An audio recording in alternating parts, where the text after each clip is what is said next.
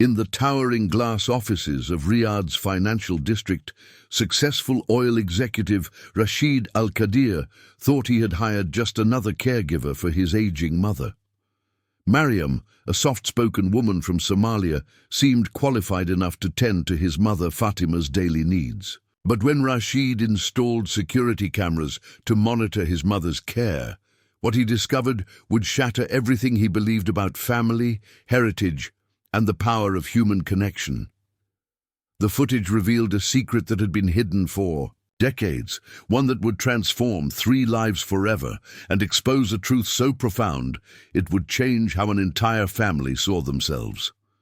Before we jump back in, tell us where you're tuning in from, and if this story touches you, make sure you're subscribed, because tomorrow I've saved something extra special for you.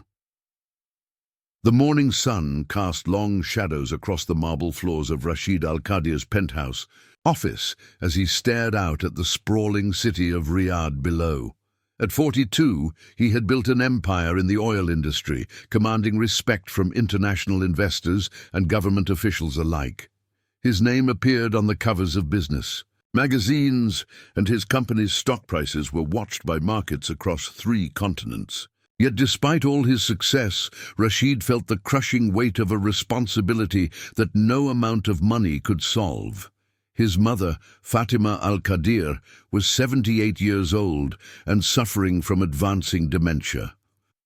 Once the sharp-witted matriarch, who had raised him with an iron will and unwavering principles, she now spent her days in confused silence, struggling to recognize even her own son. The woman who had memorized entire chapters of poetry and could debate politics with the most educated men of her generation, now sat by her bedroom window, staring at nothing, her mind trapped in a fog that seemed to thicken with each passing day. Rashid had tried everything. He flew in the most renowned neurologists from Switzerland and Germany. He transformed an entire wing of his mansion into a state-of-the-art medical facility. He hired a rotation of the most qualified nurses from prestigious medical institutions. Nothing worked. His mother remained distant, unreachable, living in a world that seemed to have no room for her son or anyone else. The guilt consumed him. While he was building his business empire, traveling between Dubai, London, and New York, his mother had been slowly disappearing. He told himself that his success would provide her with the best care money could buy, but deep down, he knew he had chosen his career over his family.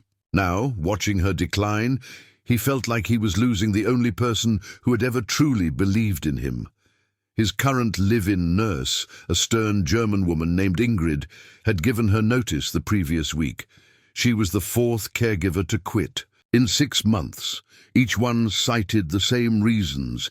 His mother was unresponsive, difficult to manage, and showed no signs of improvement. They were trained medical professionals, they said, not miracle workers. Rashid couldn't blame them, but their departure left him desperate and running out of options.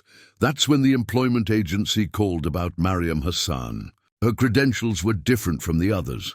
She wasn't a registered nurse or certified therapist. Instead, she had spent 15 years caring for elderly family members in her community in Somalia before immigrating to Saudi Arabia 3 years ago. Her formal education was limited, her medical training minimal, and her references came from families rather than institutions. She has something special, the agency coordinator had explained over the phone.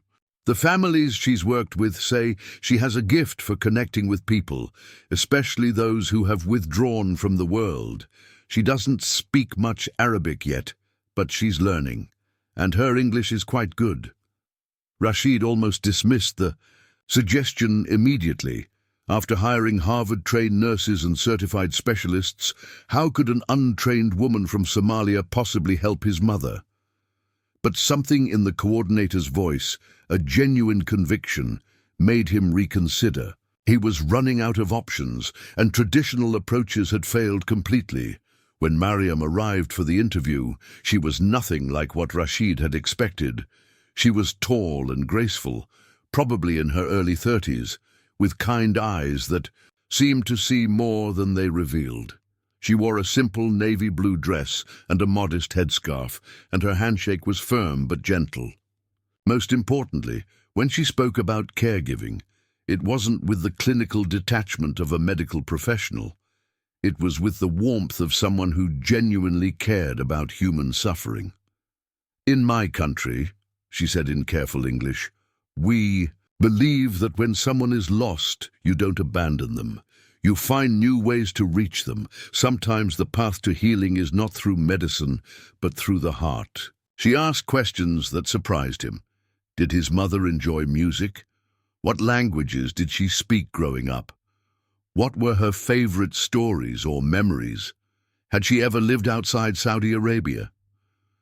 The other caregivers had focused on medication schedules and medical equipment. Mariam seemed more interested in understanding who Fatima Al-Qadir had been before the disease took hold. "Your mother's mind may be clouded," Mariam explained, "but her soul remembers everything. Sometimes we just need to find the right key to unlock those memories." Despite his skepticism, Rashid found himself drawn to her approach. When he brought her to meet his mother, something unexpected happened. Fatima, who typically showed no reaction to strangers, looked directly at Mariam for several seconds. It was brief, but it was the first time in months that his mother had made eye contact with anyone. Mariam knelt beside Fatima's chair and spoke softly in Arabic, broken and heavily accented, but clearly understandable. "Peace be upon you, honored mother.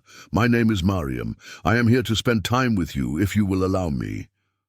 Fatima didn't respond verbally, but she didn't look away either.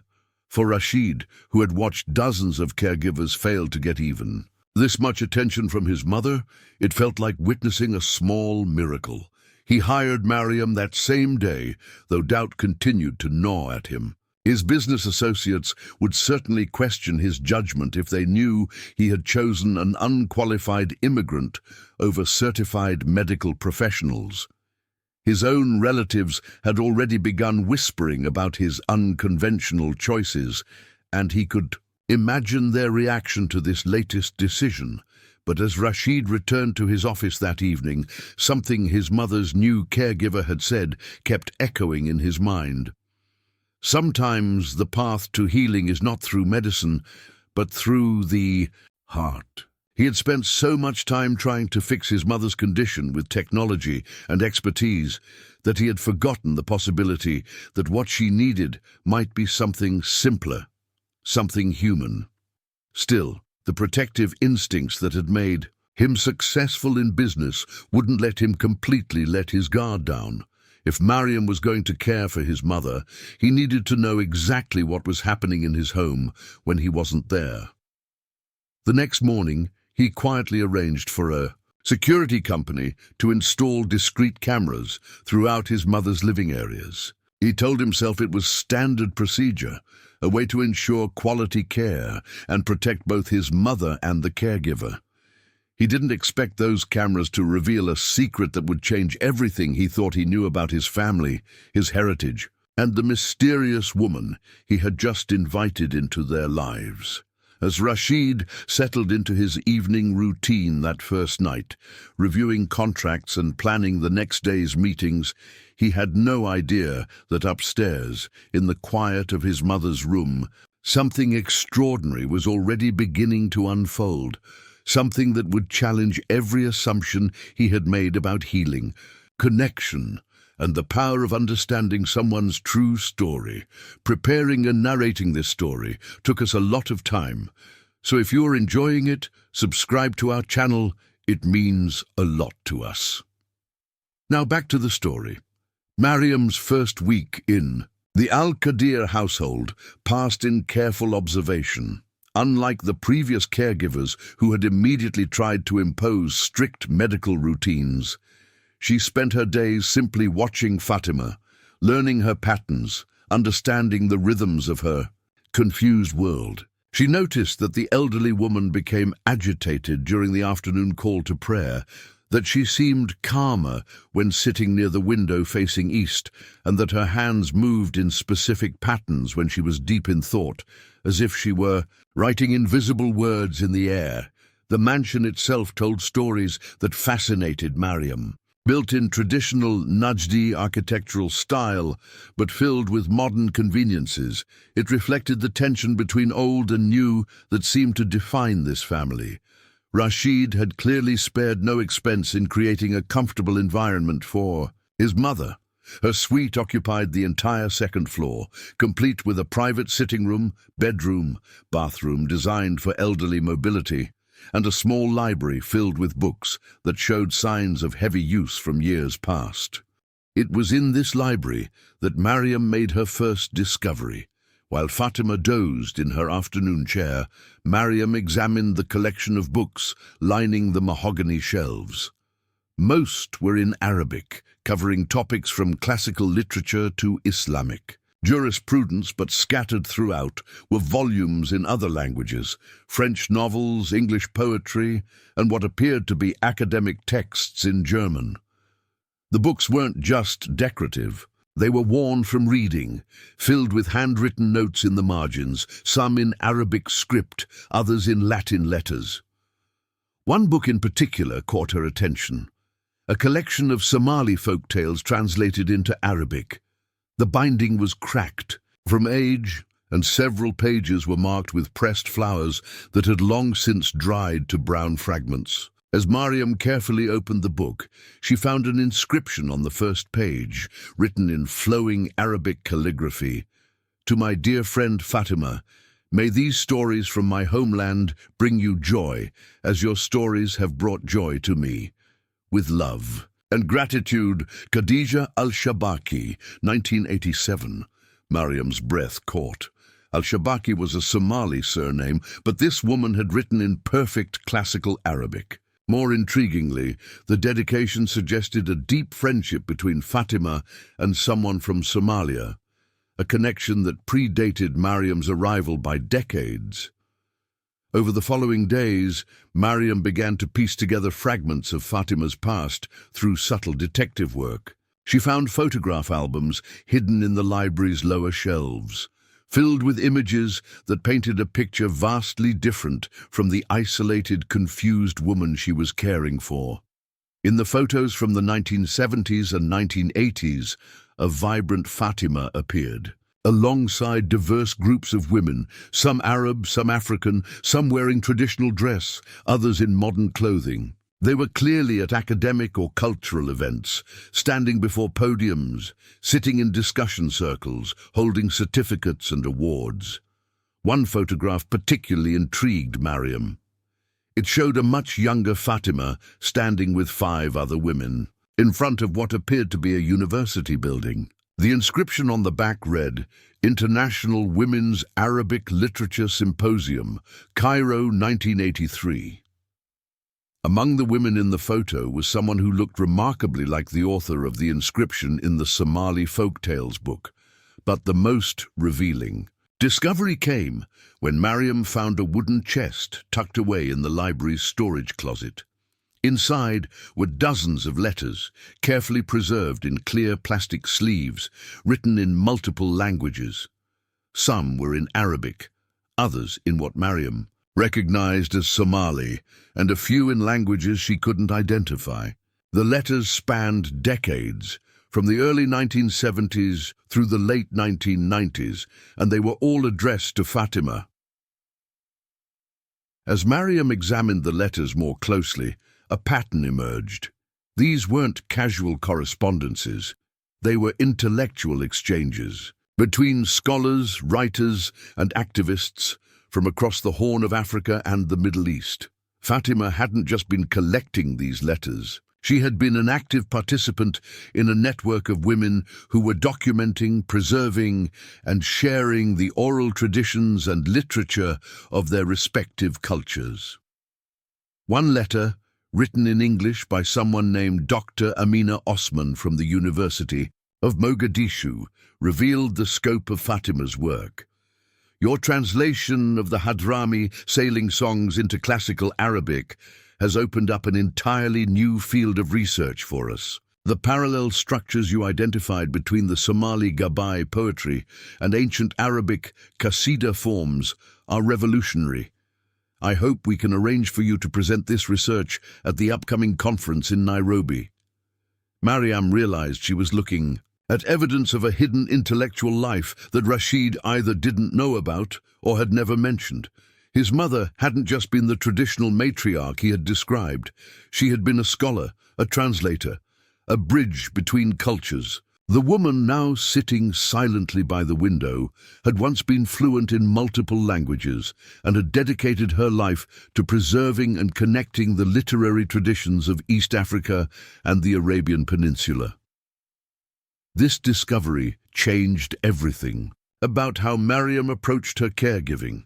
Instead of seeing Fatima as a patient to be managed, she began to see her as a scholar whose mind was trapped, whose vast knowledge was locked away, but perhaps not lost. The question was, how could she find the key to unlock those memories? Mariam decided to test a theory. The next morning, instead of speaking to Fatima in her broken Arabic, she began to recite a traditional Somali lullaby that her own grandmother had sung to her as a child. She sang softly while helping Fatima with her morning routine, not expecting any response but hoping to create a gentle, familiar atmosphere.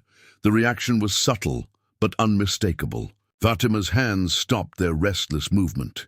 Her breathing became more regular, and for just a moment she hummed along, not with the words, which she likely didn't understand, but with the melody, as if some part of her mind recognized the rhythm and tonal patterns that connected Somali music to the broader musical traditions of the region.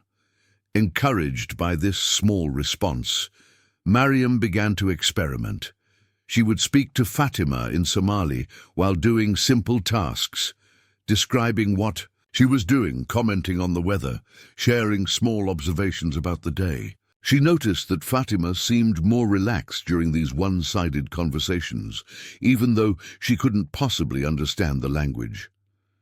Then Mariam tried something more ambitious.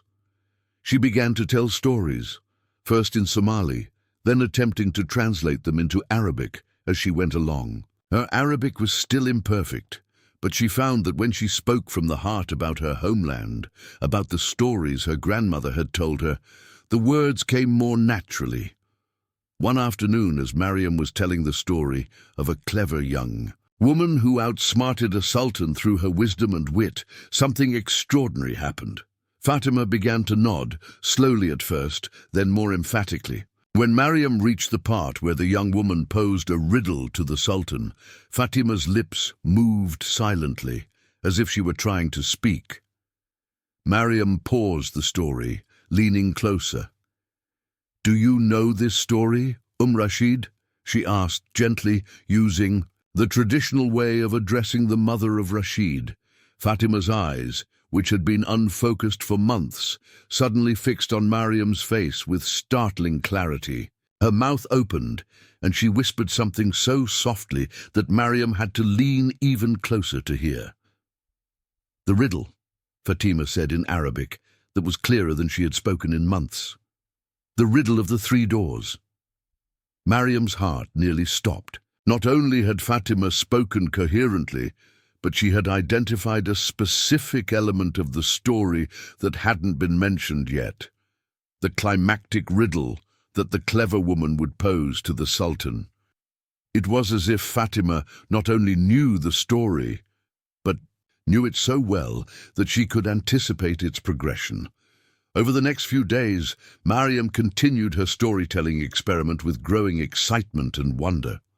She discovered that Fatima responded most strongly to certain types of stories, particularly those involving clever women, tales of journeys across the desert, and stories that featured riddles or wordplay. Most remarkably, Fatima seemed to know many of these stories already, sometimes completing phrases or anticipating plot twists. The breakthrough came when Mariam decided to reverse the process.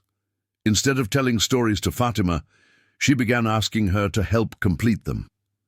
She would start a familiar tale and then pause, waiting to see if Fatima would fill in the blanks. There once was a merchant's daughter who was known throughout the land for her, Mariam would begin. Wisdom, Fatima would whisper, her voice gaining strength with each word. And when the king heard of her reputation, he decided to test her with 3 impossible questions. These weren't random responses or confused utterances. Fatima was engaging with complex narrative structures, demonstrating not just memory, but deep understanding of storytelling conventions and cultural motifs. Her mind wasn't gone. It was hidden, waiting for the right key to unlock it. But the most astonishing moment came when Mariam was telling a story about a young woman who had to choose between 3 suitors. As she described the woman's dilemma, Fatima suddenly sat up straighter and began to speak in fluent, eloquent Arabic.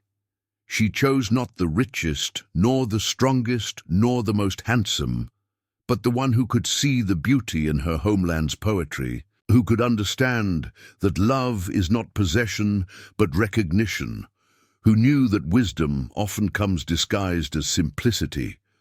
The words flowed from Fatima with a grace and sophistication that took Mariam's breath away. This wasn't the confused, elderly woman who had been silent for months. This was the brilliant scholar whose letters and photographs revealed a lifetime of intellectual achievement. As Fatima finished speaking, she looked directly at Mariam, with eyes that were completely lucid, completely present. For nearly a full minute, the 2 women sat in silence, recognizing each other across the boundaries of age, culture, and circumstance. Then, as if a switch had been flipped, the clarity faded from Fatima's eyes, and she returned to her usual distant state. But Mariam knew that what she had witnessed was real. Somewhere inside this woman, who had been written off as unreachable, a magnificent mind was still alive, still capable of beauty and wisdom and connection. That night, as Mariam sat in her small room reviewing what had happened, she realized she was facing a dilemma. Rashid had hired her to provide basic care for his mother, but what she had discovered suggested that Fatima needed something far more complex and meaningful. Intellectual stimulation, cultural connection, and recognition of who she had been. Before the disease began to claim her, more troubling was the growing certainty that Rashid knew nothing about his mother's extraordinary past. The letters, the photographs, the books, all of it had been hidden away, forgotten or dismissed. Mariam wondered if this intellectual isolation might have contributed to Fatima's decline.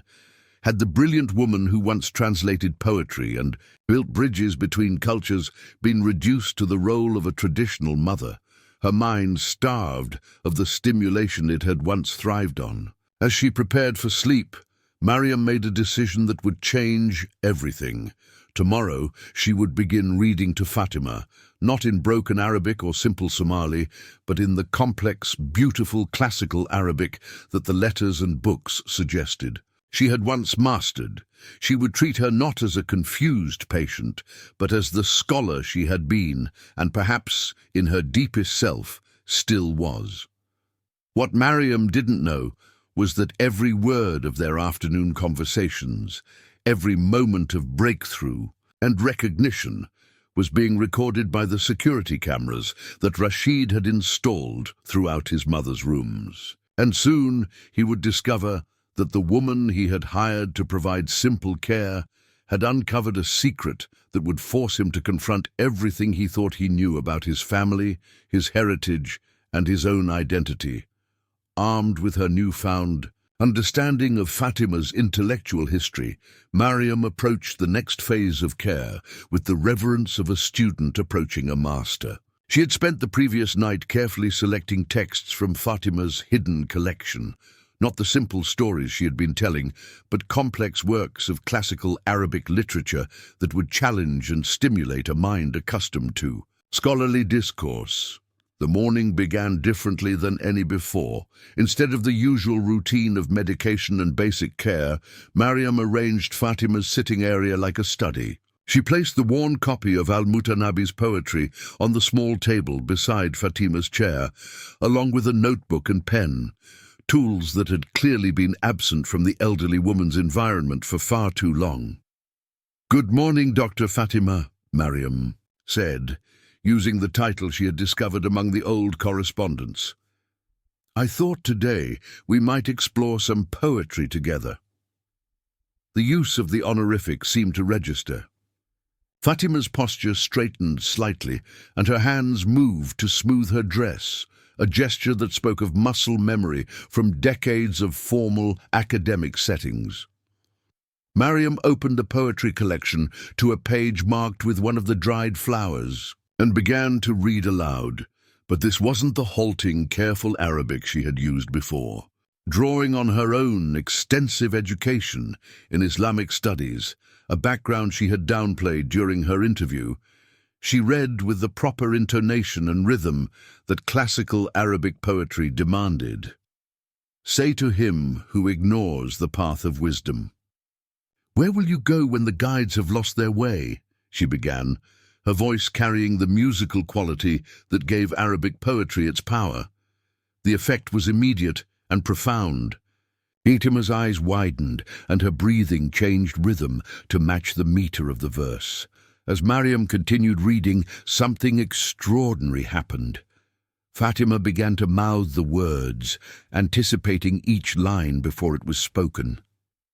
By the third stanza, Fatima was reciting along, her voice growing stronger with each verse.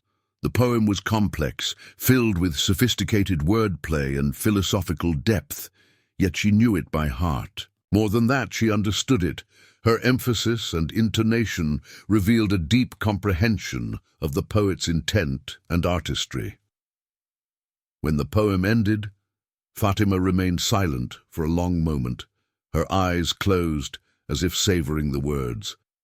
Then she opened her eyes and looked directly at Mariam. "Al-Mutanabi," she said clearly, "the man who claimed to be a prophet but was the greatest poet of his age. Do you know why this particular collection was important to me?" The question was asked with the authority of a professor testing a student, and Mariam felt a thrill of excitement. This wasn't just memory returning, this was intellectual engagement at the highest level. "Please tell me," Mariam replied respectfully. Fatima's eyes took on a distant quality, but it wasn't the confusion that had plagued her for months. It was the look of someone reaching deep into a vault of treasured knowledge. "In 1979, I was working on a comparative analysis of praise poetry across Semitic languages," she began, her voice growing stronger and more confident with each word. "I discovered that Al-Mutanabi's techniques for praising powerful patrons had remarkable similarities to the Mahdi poetry traditions of Somalia and Ethiopia. The way he balanced genuine admiration with subtle criticism, the way he used metaphors from desert life to speak of urban politics. These patterns appeared in the oral traditions of the Horn of Africa, sometimes with identical imagery." Mariam listened in amazement as Fatima continued, describing research that had clearly been groundbreaking for its time. She spoke of traveling to remote villages to record elderly griots, of comparing linguistic structures across languages, of discovering connections between literary traditions that scholars had considered completely separate. "I presented this research at the University of Khartoum in 1981, Fatima continued. "It was the first time anyone had suggested that Arabic literary traditions and East African oral poetry shared common roots. Some colleagues called it revolutionary. Others called it heretical. As she spoke, Mariam began to understand the full scope of what had been lost. Fatima hadn't just been a scholar, she had been a pioneer, breaking new ground in comparative literature and cultural studies. Her work had implications that went far beyond academic circles. It challenged assumptions about cultural boundaries and suggested deep connections between peoples who had been artificially separated by colonial scholarship." "What happened to your research?" Mariam asked gently. For the first time since beginning to speak, Fatima's confidence wavered. A shadow crossed her face, and her hands began the restless movement that Mariam had learned to recognize as a sign of distress. It was complicated, Fatima said slowly. The political situation changed. My husband thought it was becoming too controversial. There were concerns about appearances, about what people would think of a traditional family engaging with such ideas. The pain in her voice was unmistakable. Mariam began to piece together a tragic story, a brilliant woman whose intellectual life had been curtailed not by lack of ability or opportunity, but by social pressure and family expectations. She wondered how many other women of Fatima's generation had been forced to choose between their intellectual pursuits and their roles as wives and mothers. But you continued the work privately, Mariam observed, thinking of the extensive correspondence. And the carefully preserved books, Fatima nodded slowly. For a while. I maintained contact with colleagues, continued translating, kept reading, but gradually it became harder to justify the time, the travel, the late nights spent writing. Rashid was young. He needed his mother to be present, not buried in books and research. The full tragedy of the situation became clear to Mariam. Fatima had sacrificed her intellectual life for her family, but in doing so, she had cut herself off from the very thing that had given her life, meaning and purpose. No wonder her mind had begun to retreat. It had been starved of the stimulation and challenge it craved. Would you like to return to that work now? Mariam asked carefully. Perhaps we could explore some of those connections you discovered. The suggestion seemed to electrify Fatima. She sat up straighter, and for a moment her entire demeanor transformed. She was no longer a confused elderly woman being cared for by a stranger. She was a scholar being offered the chance to return to her life's work. You would be interested in such things? Fatima asked, her voice filled with a hope that was almost heartbreaking. The footage revealed that his mother possessed knowledge and abilities that he had never suspected. She wasn't just remembering things from her past. She was actively learning, processing new information, making connections, and sharing insights that demonstrated ongoing intellectual growth. The woman he had been treating as a declining patient was actually a scholar whose mind remained sharp, curious, and remarkably capable. But perhaps the most unsettling aspect of what he was witnessing was the obvious joy on his mother's face. For the first time since his wife's death years ago, Fatima looked truly alive. Her eyes sparkled with enthusiasm, her voice carried notes of excitement and discovery, her entire demeanor radiated purpose and engagement. She was unmistakably happy. This happiness stood in stark contrast to the withdrawn, silent woman she became whenever Rashid visited. During their interactions, she seemed lost, confused, disconnected from reality. But with Mariam, she was animated, articulate, intellectually vibrant. The difference was so dramatic that it forced Rashid to confront an uncomfortable question. Was his mother's condition actually as severe as he had believed? Or had everyone around her, including him, simply failed to find the right way to connect with her? Friday evening's footage provided the answer in a way that left Rashid questioning everything he thought he knew about his family. The recording showed Mariam entering his mother's room, carrying a wooden chest that Rashid recognized but had never seen opened. He watched his mother's face light up as Mariam placed the chest on the small table between their chairs. "I found these in your library," Mariam said gently. "I thought you might want to share some of these memories." As his mother opened the chest, Rashid saw her hands tremble with excitement rather than the usual confusion. She began removing items carefully, letters, photographs, small notebooks filled with handwritten text. Each item seemed to unlock a flood of memories and emotions. "My correspondence with the University of Cairo," his mother said, holding up a bundle of letters tied with faded ribbon. Professor al-Baghdadi was trying to establish a new department of comparative literature. He wanted me to help develop the curriculum. Rashid leaned closer to his monitor, straining to hear every word. He had never heard of any connection between his mother and the University of Cairo. As far as he knew, she had never been involved in academic work beyond her basic education. And these, his mother continued, lifting out a collection of small notebooks. These are my translation notes. I was working on rendering Somali oral poetry into classical Arabic meter. It was the work I was most proud of. The pride in her voice was unmistakable, but it was coupled with something that made Rashid's chest tighten: regret, loss, the pain of abandoned dreams. Mariam picked up one of the notebooks, opening it carefully. Would you like to work on these translations again? We could continue where you left off. The hope that blossomed on his mother's face was so pure, so profound, that Rashid felt something break inside his chest. When was the last time he had seen her look at anything with such anticipation, such joy? You would help me? His mother asked, her voice barely above a whisper. It would be an honor, Mariam replied. Your work deserves to be completed, to be shared with the world. What followed was the most extraordinary conversation Rashid had ever witnessed.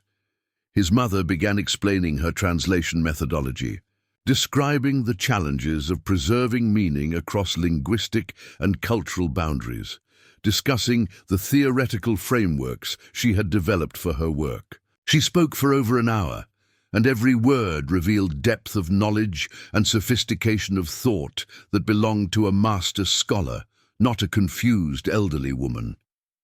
As Rashid watched, he began to understand that what he was witnessing wasn't just intellectual conversation. It was resurrection. Mariam hadn't just discovered his mother's hidden past. She had brought it back to life, had recognized its value and importance, had treated it with the respect and attention it deserved. But this realization brought with it a crushing weight of guilt and regret. How long had his mother's brilliant mind been trapped, waiting for someone to recognize its worth? How many years had she spent in intellectual isolation, her vast knowledge and capabilities dismissed as irrelevant to her role as a traditional wife and mother?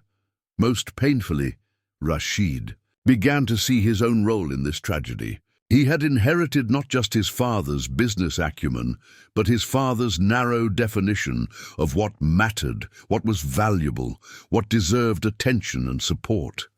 Academic pursuits, especially those that didn't translate into immediate practical benefits, had always been viewed with suspicion in their family. Intellectual work that crossed cultural boundaries, that challenged conventional wisdom, that didn't fit neatly into established categories. Such work was seen as at best irrelevant, at worst dangerous. The footage continued, showing his mother and Mariam working together on translation projects, discussing complex theoretical questions, sharing insights that bridged different cultural traditions. They were engaged in work that was clearly meaningful, valuable and important, work that his mother had been forced to abandon decades ago. As the recording ended, Rashid sat in his darkened office, overwhelmed by the magnitude of what he had discovered. His mother wasn't just alive, she was brilliant, capable, and hungry for intellectual engagement. The woman he had been treating as a patient requiring basic care was actually a scholar whose work had the potential to contribute significantly to human knowledge and understanding. But perhaps more importantly, he realized that Mariam had achieved something that all his money, all his resources, all his carefully selected medical professionals had failed to accomplish. She had seen his mother not as a collection of symptoms to be managed, but as a complete person whose intellectual life was as important as her physical well-being.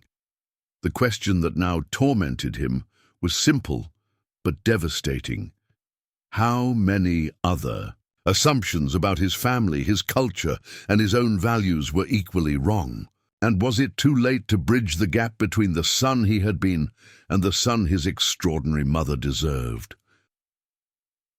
The weekend that followed Rashid's discovery of the recordings was the longest of his adult life.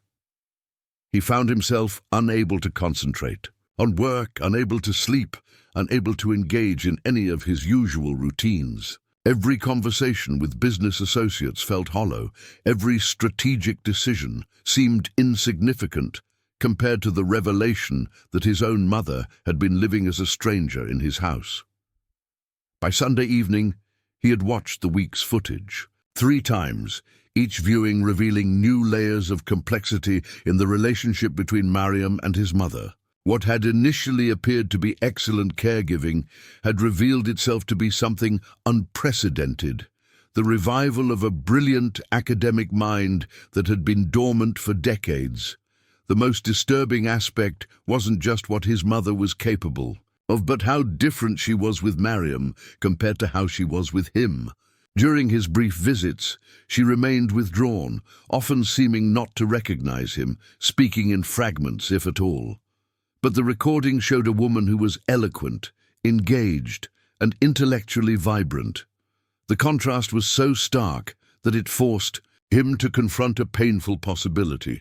Perhaps his mother's condition wasn't the primary barrier to communication. Perhaps the problem was him. Monday morning arrived grey and overcast, matching Rashid's mood as he cancelled his meetings and drove home earlier than usual. He needed answers, and he needed them from Mariam. But as he pulled into his driveway, he realized he had no idea how to begin this conversation. How do you confront someone about being more successful than you ever imagined possible? He entered the house quietly, intending to observe before making his presence known. The sound of voices led him toward his mother's sitting room. And what he heard as he approached made him pause in the hallway. The fascinating aspect of the Al-Andalusi poets, his mother was saying, her voice animated and clear, was how they managed to preserve the classical Arabic forms while incorporating influences from local Romance languages. It created this hybrid poetry that was both traditional and revolutionary, like what we see in contemporary Somali poetry, Mariam responded thoughtfully. The way modern poets use traditional Gabe structures but incorporate urban experiences and global themes. Exactly. You understand perfectly. This is why comparative literature is so important. We can see how human creativity adapts and survives across cultural boundaries. Rashid stood frozen in the hallway, listening to his mother engage in the kind of sophisticated literary analysis he had only heard in university settings. Her voice carried the authority and enthusiasm of someone completely in her element, someone discussing work that mattered deeply to her. He took a deep breath and stepped into the doorway. Both women looked up, and the change in his mother's demeanor was immediate and heartbreaking.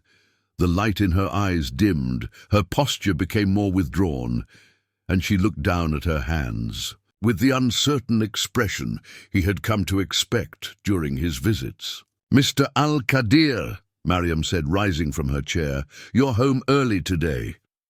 "I needed to speak with you," Rashid said, his voice more strained than he intended. "Both of you." Mariam glanced at Fatima, who seemed to have retreated into the confused, distant state that had characterized her condition for months. The transformation was so complete that if Rashid hadn't heard the previous conversation, he would never have believed his mother was capable of the intellectual discourse he had just witnessed. "Perhaps we could talk in the library," Mariam suggested, gently. "Your mother might be more comfortable in her familiar chair." As they settled in the library, Rashid found himself looking at the room with new eyes. The books weren't just decorative. They were the tools of serious scholarship. The worn bindings, the marked pages, the careful annotations all testified to years of dedicated study. How had he never noticed this before? "Mariam," he began, then stopped, unsure how to proceed. "I need to ask you about my mother's capabilities." Mariam's expression became guarded. "What do you mean?" "I mean," Rashid said, struggling to find the right words, "she seems different with you. More present, more articulate." "She has good days and difficult days," Mariam replied carefully.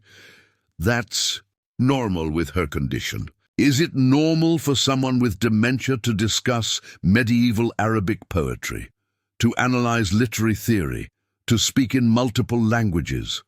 The question hung in the air between them. Mariam's face showed a complex mix of emotions: surprise that he knew, concern about his reaction, and something that looked like protective defiance. "You've been watching the recordings," she said finally. "I have cameras throughout the house for security purposes," Rashid admitted. "I've seen everything." Mariam stood up, her posture straightening as if preparing for confrontation. "Then you know that your mother is not the confused, helpless woman everyone believes her to be." "What I know," Rashid said, his voice rising slightly, "is that you've been hiding things from me. My mother's true condition, her capabilities, her past." "I haven't been hiding anything," Mariam shot back, her own voice gaining strength. "I've been uncovering it. Your mother's mind isn't gone, Mr. Al-Qadir. It's been buried under years of neglect and misunderstanding." The accusation hit Rashid like a physical blow. "Neglect? I provided her with the best medical care money can buy. You've treated her like a broken object to be maintained," Mariam interrupted, her anger now fully visible. "You've surrounded her with medical equipment and professional caregivers, but you've ignored the most important part of who she is: her intellect, her scholarship, her life's work." "Life's work?" Rashid stood up, pacing toward the window. "What life's work? My mother was a traditional housewife who raised her children and supported her husband." Mariam moved to the bookshelf and pulled out one of the leather-bound journals. She opened it to a page filled with his mother's handwriting, notes, translations, analytical commentary, and thrust it toward him. "This is your mother's work on comparative literature between Arabic and East African traditions. She was developing theories about cultural exchange that were decades ahead of their time. She was corresponding with scholars across 3 continents. She was translating oral poetry that had never been written down, preserving cultural heritage that might otherwise have been lost forever." Rashid took the journal, scanning the pages with growing amazement. The writing was sophisticated, the analysis complex and insightful. The margins were filled with references to other scholars, connections, to additional sources, questions for further research. "Why didn't I know about this?" he asked quietly. "Because your family decided it wasn't important," Mariam said, her voice softening slightly. "Because somewhere along the way, your mother was told that her intellectual life was less valuable than her domestic role, because she was made to choose between being a scholar and being a proper wife and mother." The words hit him with devastating clarity. He remembered conversations from his childhood, arguments between his parents that he had never fully understood.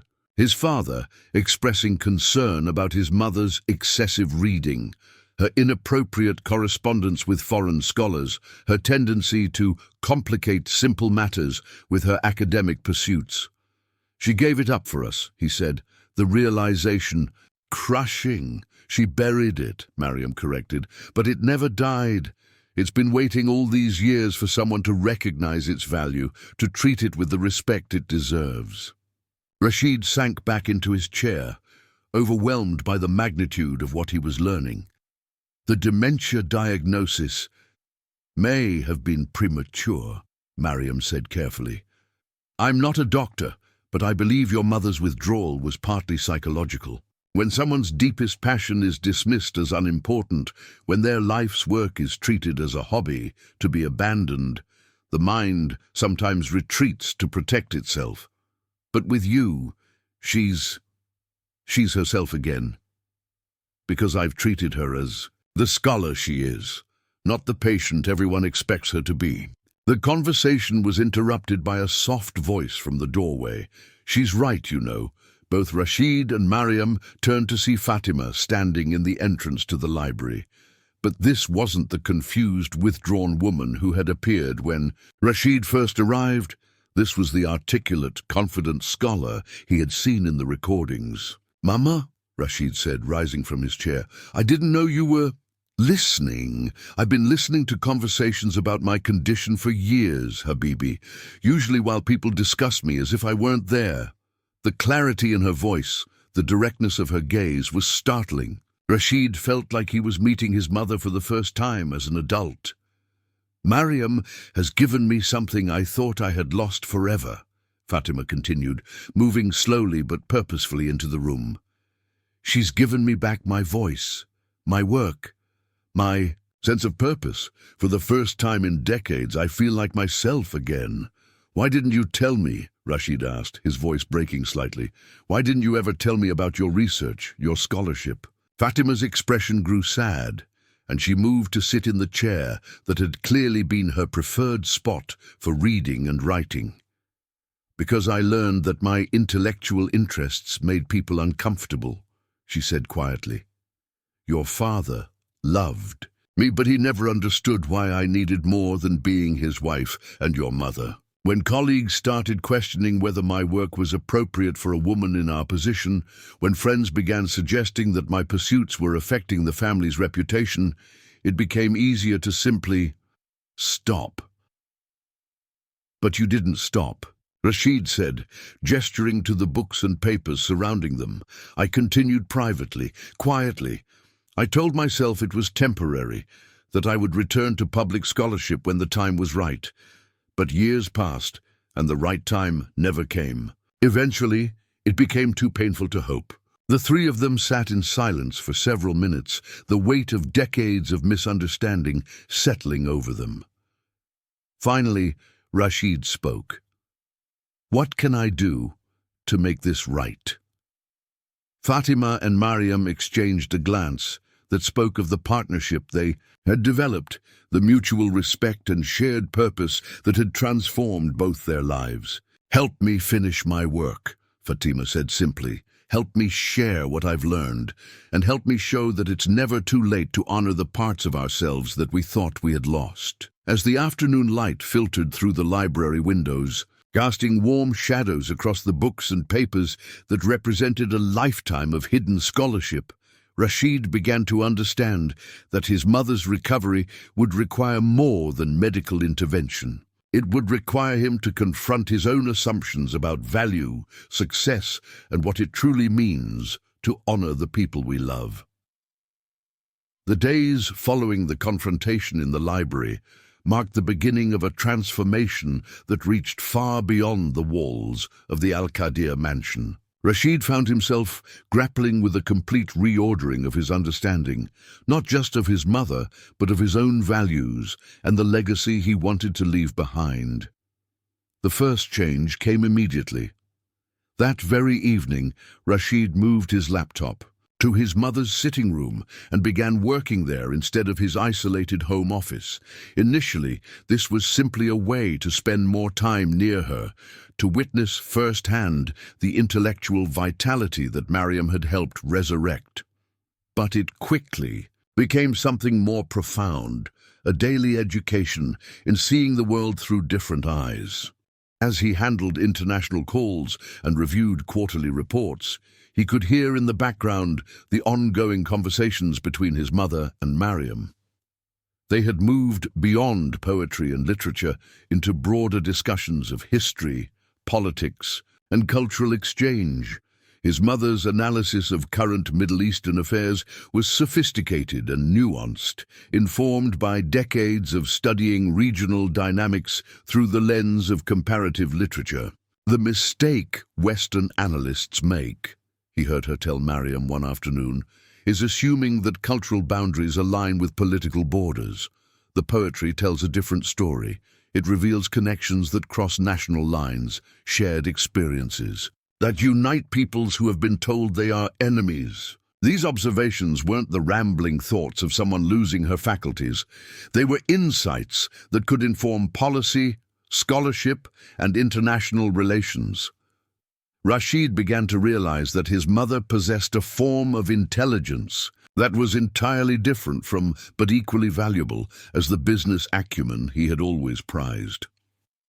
The second transformation was more personal and more difficult. Rashid had to confront the uncomfortable reality that his success in the business world had come partly from adopting a narrow definition of what knowledge and skills were valuable. He had dismissed his mother's intellectual pursuits as irrelevant because they didn't translate into immediate financial gain or social status within his professional circle.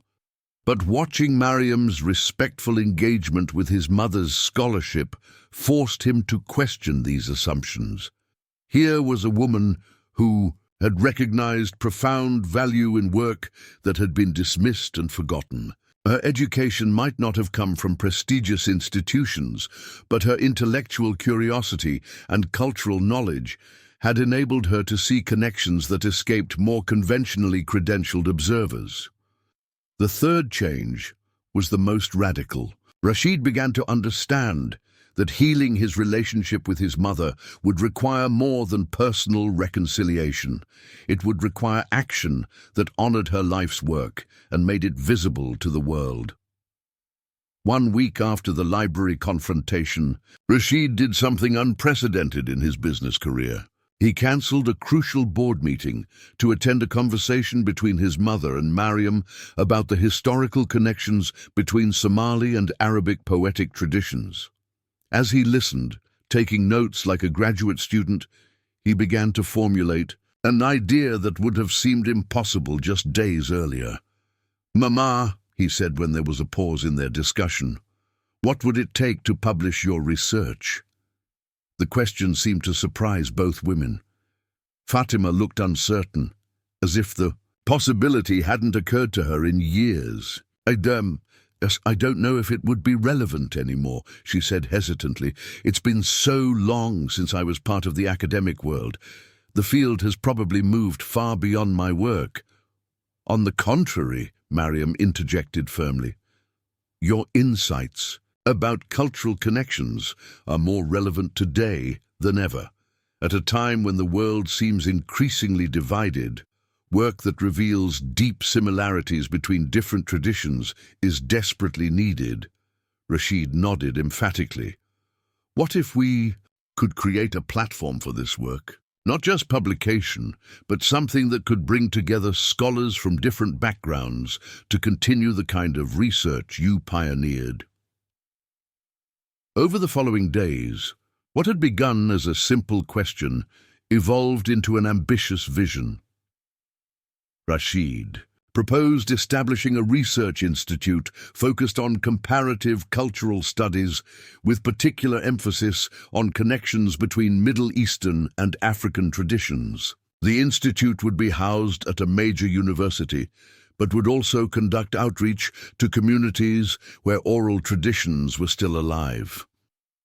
"We could document and preserve poetry, stories, and cultural practices that are disappearing," Rashid explained, as the three of them worked together to develop the concept. But more than that, we could analyze them, compare them, show how they reveal shared human experiences across different societies.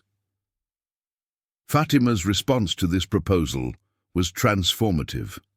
For the first time since Rashid had known her as an adult, she began to dream aloud about the future rather than simply remembering the past. "We could establish partnerships with universities in Somalia, Ethiopia, Sudan," she said, her voice gaining excitement. "There are scholars there doing important work, but they lack resources and international connections. We could create a network that supports research in both directions, bringing African scholars to study in the Middle East and sending Arab researchers to learn from African traditions." Mariam added her own perspective, drawn from her intimate knowledge of how cultural knowledge was preserved and transmitted in her homeland. Many of the greatest poets and storytellers in Somalia are elderly women who have never been formally interviewed, she said. Their knowledge could be lost within a generation unless someone makes an effort to record and study it. But it has to be done respectfully, with genuine understanding of the cultural context. As they worked together to refine their vision, something extraordinary happened. The hierarchical relationship between employer and employee, between son and mother, began to dissolve into something more like intellectual partnership. Rashid found himself deferring to his mother's expertise on academic matters, while contributing his knowledge of funding, logistics, and institutional relationships. The most moving moment came when Fatima asked if she could show them some of her original research from the 1970s and 1980s. She led them to a storage room that Rashid had never paid attention to, where dozens of boxes contained carefully preserved manuscripts, correspondence, and research notes. "I kept everything," she said simply. "I told myself I was being sentimental, but I think part of me always hoped that someday it might matter again." As they opened the boxes, Rashid was overwhelmed by the scope of his mother's abandoned scholarship. There were translations of Somali, oral poems into classical Arabic, comparative analyses of metaphorical systems across Semitic and Cushitic languages, historical research on trade routes that had carried not just goods, but stories and poetic forms across the Horn of Africa and the Arabian Peninsula. "This is groundbreaking work," Mariam said, carefully examining a manuscript on narrative structures in Somali Gabai poetry. Some of these insights anticipated scholarly developments that didn't occur until the 1990s, but perhaps more importantly, the work revealed a vision of cultural connection and mutual understanding that felt urgently relevant to contemporary challenges. At a time when political conflicts often emphasized differences between Arab and African peoples, Fatima's research revealed deep historical and cultural bonds that transcended modern political boundaries. "We need to digitize all of this," Rashid said, his business mind immediately jumping to practical considerations. "Create an archive that scholars around the world can access. But we also need to continue the work. Build on what you started." The logistics of establishing the institute became Rashid's new obsession. He threw himself into the project with the same intensity he had once reserved for oil contracts and market expansion. He reached out to university administrators, established connections with potential funders, began building the institutional framework that would make their vision reality. But the most important work happened in the quiet hours he now spent, with his mother and Mariam, learning to see familiar things through new eyes. They would read poetry together, with Fatima explaining the historical context and Mariam providing insights into how similar themes appeared in Somali traditions. Rashid found himself contributing observations about how these cultural connections might be relevant to contemporary diplomatic and economic relationships. One evening, as they worked together in the library that had become their informal headquarters, Rashid made an observation that surprised even himself. "You know," he said, looking up from a manuscript about trade route poetry, "everything I thought I knew about success was wrong." Both women looked at him questioningly. "I thought success meant accumulating wealth and power, building something that would make people respect our family name," he continued. "But this work you're doing, this work you've always been doing, this is what real legacy looks like. This is knowledge that could change how people understand themselves and their connections to others." Fatima reached over and placed her hand on his arm. "Success isn't choosing between different kinds of value, Habibi. It's recognizing that there are many ways to make a meaningful contribution to the world. I just wish I had understood this sooner," Rashid said quietly. "I wish I had known who you really were before." "Before doesn't matter," Mariam interjected gently. "What matters is what we do now with the time we have. As the weeks passed, their evening sessions became the most important part of Rashid's day. He was learning not just about literature and cultural history, but about different ways of thinking, different approaches to understanding the world. His mother's scholarly method was patient, careful, attentive to nuance and complexity. Mariam's insights were grounded in lived experience and community knowledge that complemented but differed from academic training. The combination was teaching him that intelligence and wisdom came in many forms, that the narrow focus on quantifiable achievements that had driven his career was only one way of measuring value and contribution. Most importantly, he was building a relationship with his mother that was based on mutual respect and shared purpose rather than duty and guilt. For the first time in his adult life, he looked forward to coming home, not because it was where he rested between professional obligations, but because it was where he was engaged in the most meaningful work of his life.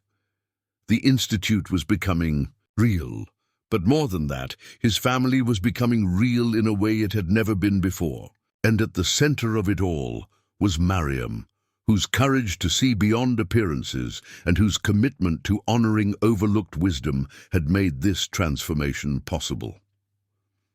6 months after the library confrontation, the announcement of the Fatima Al-Qadir Institute for Comparative Cultural Studies sent shockwaves through Riyadh's elite social circles. The news that one of the kingdom's most successful oil executives was establishing an academic institute and naming it after his mother was unusual enough, but the details of the institute's mission and the circumstances of its founding challenged assumptions that ran much deeper than professional curiosity. The whispers began immediately. In the exclusive clubs where Rashid had once networked with fellow executives, conversations stopped when he entered rooms. Business partners who had previously sought his counsel on international deals now seemed uncertain about his judgment. The transformation was subtle but unmistakable. He was being treated as someone who had lost his way, someone whose priorities had become confused. The first direct confrontation came during a board meeting at his own company. Hassan Al-Tamimi, a longtime business associate and family friend, raised concerns that had clearly been discussed before Rashid's arrival. "We need to address the elephant in the room," Hassan said, his tone carefully neutral. "Rashid, your recent pursuits are creating questions about the company's leadership direction." "What questions?" Rashid asked, though he suspected he knew. "The institute project, the research focus, the public association with unconventional academic theories," Hassan replied diplomatically.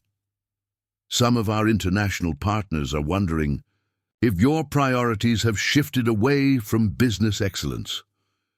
What Hassan didn't say, but what everyone in the room understood, was that the real concern wasn't academic research.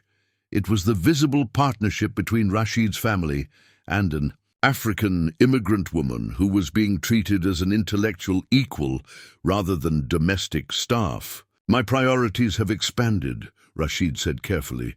"I'm building a legacy that extends beyond quarterly profit reports." "But at what cost?" Hassan pressed. "This institute, the resources you're dedicating to it, the public attention, is this really the best use of your influence and capital?" The question hung in the air, and Rashid realized he was facing a moment of truth. He could retreat, minimize his commitment to the institute, return to the comfortable boundaries of conventional success. Or he could defend a vision that challenged everything his professional world valued. "Hassan," he said finally, "let me ask you something. How many of us will be remembered 100 years from now? How many of our business deals will matter to future generations?" "That's not the point. It's exactly the point," Rashid interrupted. "My mother spent decades developing insights that could change how we understand cultural connections in our region. Her work was buried because it didn't fit conventional expectations. I'm not going to make the same mistake." The room fell silent, and Rashid could see the confusion and disapproval on faces that had once looked to him for leadership. But he also felt something he hadn't experienced in years, the certainty that he was doing something that truly mattered. The social pressure intensified over the following weeks. Invitations to exclusive events became scarce. Long-standing business relationships grew cooler. Most painfully, extended family members began expressing concerns about the family's reputation and standing in society. The culmination came during a traditional family gathering at his uncle's house. Rashid arrived with both his mother and Mariam, a decision that raised eyebrows even before they entered the majlis. Traditionally, the women would have retired to separate quarters, but Fatima had specifically requested to participate in the discussions about the family's recent developments. His uncle, Rashid Al-Qadir, was a conservative man who had built his own successful business empire through careful adherence to social conventions. He greeted Rashid warmly, but regarded Mariam with the polite distance typically reserved for service staff. "We need to discuss this institute situation," Omar said without preamble, once the traditional greetings were complete. "The family is concerned about the direction you're taking." "What concerns?" Rashid asked, though he noticed that his question was directed to Omar while his mother and Mariam sat silently nearby. "This public association with academic theories that challenge established understanding," Omar replied. "The elevation of foreign perspectives over our own cultural traditions. The unconventional nature of your research partnerships." Rashid glanced at his mother, who was listening with the composed expression of someone accustomed to being discussed rather than consulted.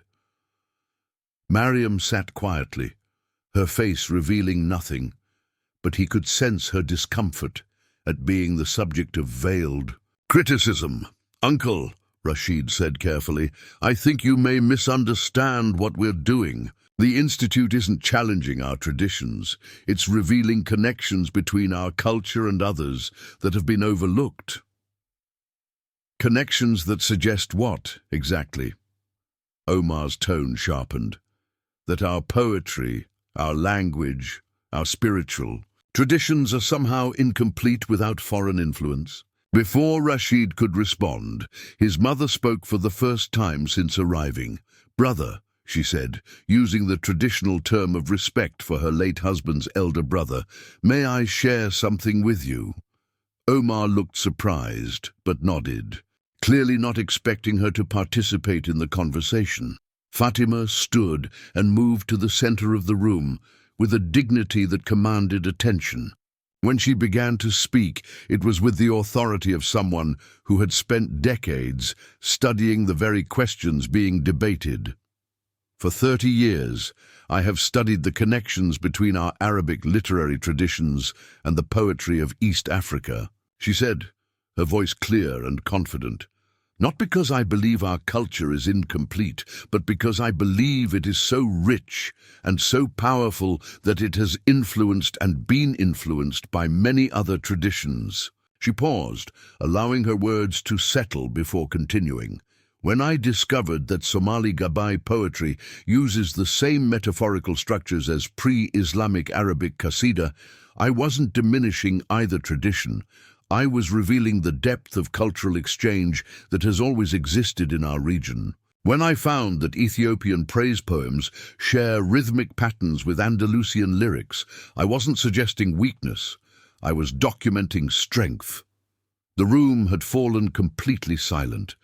Several family members who had never heard Fatima speak at length about intellectual matters were staring at her with expressions ranging from surprise to admiration. "The question," she continued, "is whether we will acknowledge these connections and learn from them, or whether we will pretend that our culture exists in isolation. One approach leads to growth and understanding. The other leads to ignorance and missed opportunities." When she finished, she remained standing, waiting for responses. The silence stretched for nearly a minute before Omar spoke. "Sister," he said slowly. "I had no idea you had studied these matters so extensively." "Because no one ever asked," Fatima replied simply, "because scholarly work by women was considered unnecessary, even embarrassing, because intellectual curiosity was seen as a threat to family stability." Her words carried decades of suppressed frustration, but they were delivered without anger, simply as statements of fact that needed to be acknowledged. Mariam, who had been silent throughout the exchange, finally spoke. "If I may," she said quietly, "I would like to add something." All eyes turned to her, and Rashid felt a moment of anxiety about how his family would receive her perspective. "In my country," Mariam began, "we have a saying, 'Wisdom belongs to no single people, but travels where it is welcomed.' When I began working with Dr. Fatima, I discovered that she had spent decades welcoming wisdom from many sources. Her work doesn't diminish any tradition. It honors all of them by showing how they connect and strengthen each other." She paused, meeting the eyes of family members who were clearly reassessing their assumptions about her background and capabilities.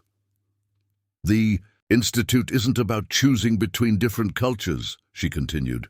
"It's about understanding that culture itself is a conversation between peoples, a sharing of insights and experiences that makes everyone richer." The impact of her words was visible. Several family members exchanged glances that suggested they were reconsidering their initial judgments.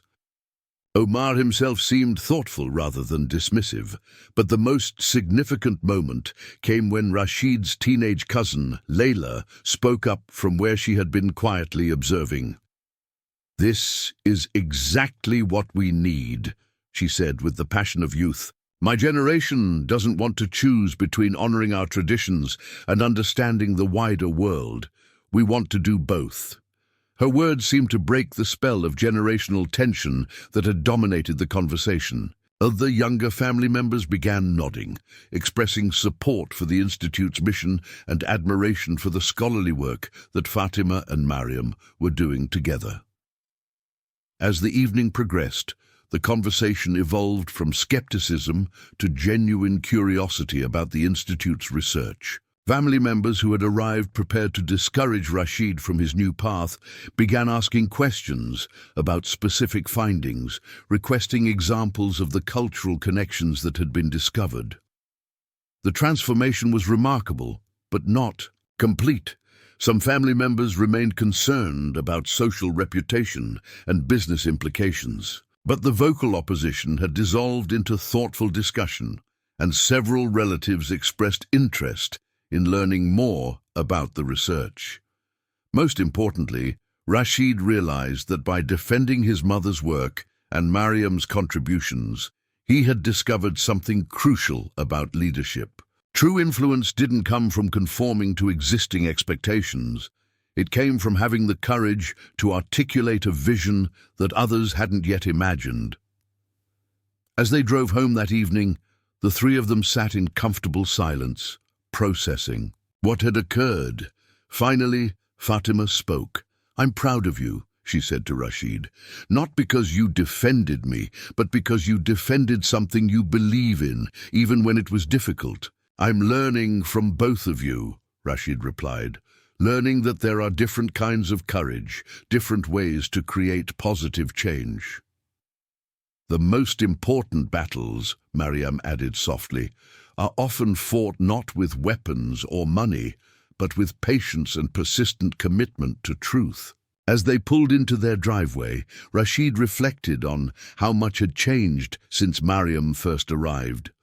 The house that had once felt like a monument to success now felt like the headquarters of a revolution. Quiet, scholarly, but potentially transformative in ways that reached far beyond their family's private world. 2 years after Mariam first walked through the doors of the Al-Qadir mansion, the Fatima Al-Qadir Institute for Comparative Cultural Studies held its inaugural international conference.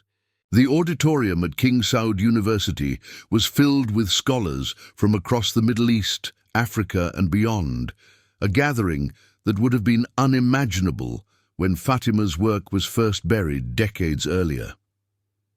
Backstage, in a quiet preparation room, three unlikely partners made their final preparations for a presentation that would cap the most transformative period of their lives. Fatima, now 79, but more intellectually vibrant than she had been in years, reviewed her notes on the connections between Somali and Arabic poetic traditions. Mariam, who had earned a fellowship to complete her master's degree in comparative literature, prepared to present their joint research on oral tradition preservation. And Rashid, who had discovered that funding scholarship could be more fulfilling than accumulating wealth, checked the technical equipment that would display their findings to an international audience.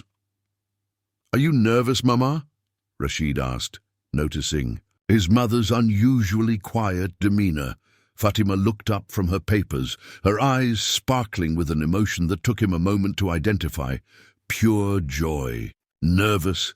No, Habibi. I'm grateful. For 60 years I dreamed of this moment. I never imagined it would actually come. Mariam, adjusting her conference badge that identified her as a co-researcher rather than a caregiver, smiled at the exchange. "Dr. Fatima, you've been preparing for this presentation your entire life. Today, the world finally gets to hear what you've always known." The past 2 years had been a whirlwind of activity that had fundamentally altered all their lives.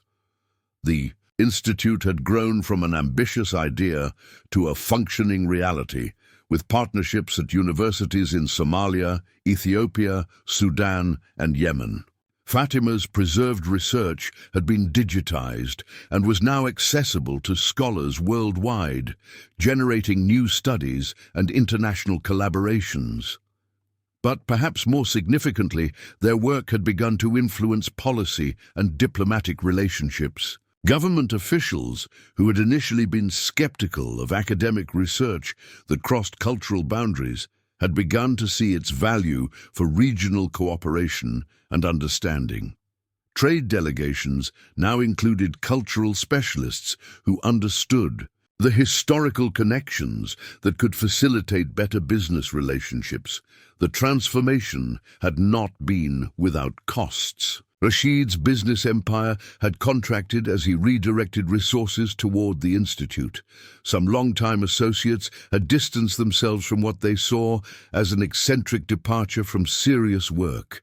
But the financial success of the Institute's consulting services, helping international organizations understand cultural dynamics in the region, had more than compensated for lost opportunities in traditional oil ventures.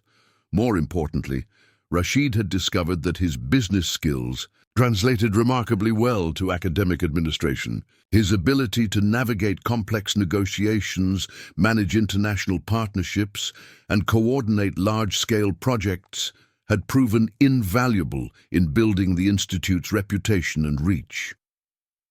5 minutes, announced a conference coordinator, and the three of them gathered their materials for what would be the culmination of their collaboration. As they walked toward the stage, Rashid reflected on the journey that had brought them to this moment. The executive who had once hired Mariam as a simple caregiver now considered her one of his most trusted advisors and closest friends. The mother he had thought was lost to dementia had become his intellectual partner and the inspiration for his life's most meaningful work. The family that had once been fractured by misunderstanding and unspoken disappointments had been reborn as a team united by shared purpose and mutual respect. The auditorium fell silent as they took the stage. Fatima moved to the podium with the confidence of someone returning to her natural element after a long exile. When she began to speak, her voice carried across the room with clarity and authority. "Ladies and gentlemen, distinguished colleagues," she began, "I stand before you today as living proof that scholarship knows no age, no gender, and no cultural boundaries. For 30 years, my research remained hidden, dismissed as irrelevant to the serious business of life. But thanks to two extraordinary individuals, my son Rashid and my colleague Mariam, that work has found new life and new purpose. She gestured to indicate her co-presenters, and the audience could see the genuine affection and respect that connected the three of them. Affection and respect that connected the three of them. Our research demonstrates that the poetry of Somalia and the classical Arabic tradition share not only structural similarities, but common historical roots that stretch back over a millennium. These connections reveal patterns of cultural exchange that challenge conventional assumptions about regional relationships and suggest new possibilities for cooperation and understanding. What followed was 40 minutes of the most sophisticated comparative literary analysis many in the audience had ever heard.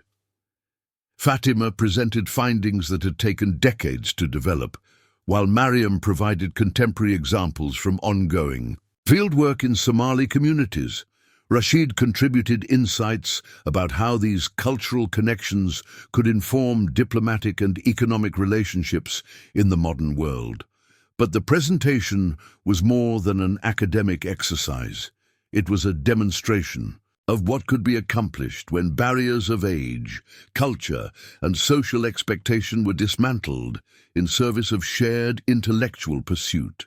The audience response was overwhelming. During the question period, scholars from multiple countries expressed amazement at the depth and originality of the research. Several announced immediate plans to expand the work into their own cultural contexts. Most significantly, representatives from UNESCO expressed interest in supporting a broader initiative to document and preserve oral traditions across the Horn of Africa and Arabian Peninsula. After the presentation, as the three of them were surrounded by colleagues eager to discuss collaboration possibilities, Rashid caught sight of a familiar figure in the crowd. Hassan al-Tamimi, his former business associate who had questioned his priorities 2 years earlier, was approaching with an expression that mixed surprise with something that looked like admiration. "Rashid," Hassan said, extending his hand, "I owe you an apology." "For what?" "For not understanding what you were building." This, he gestured toward the ongoing conversations between international scholars. "This is going to change how our region engages with the world." The conversation that followed revealed how dramatically perceptions had shifted. Business leaders who had initially dismissed the institute as an academic indulgence were beginning to recognize its strategic value. The cultural insights it provided were proving invaluable for companies seeking to expand into African markets or build partnerships across traditional boundaries. But more than practical applications, the Institute's work was contributing to a broader transformation in how the region's intellectual community understood itself and its place in the world. Young scholars who had been trained to think within narrow disciplinary and cultural boundaries were being inspired to pursue more expansive, collaborative approaches to research.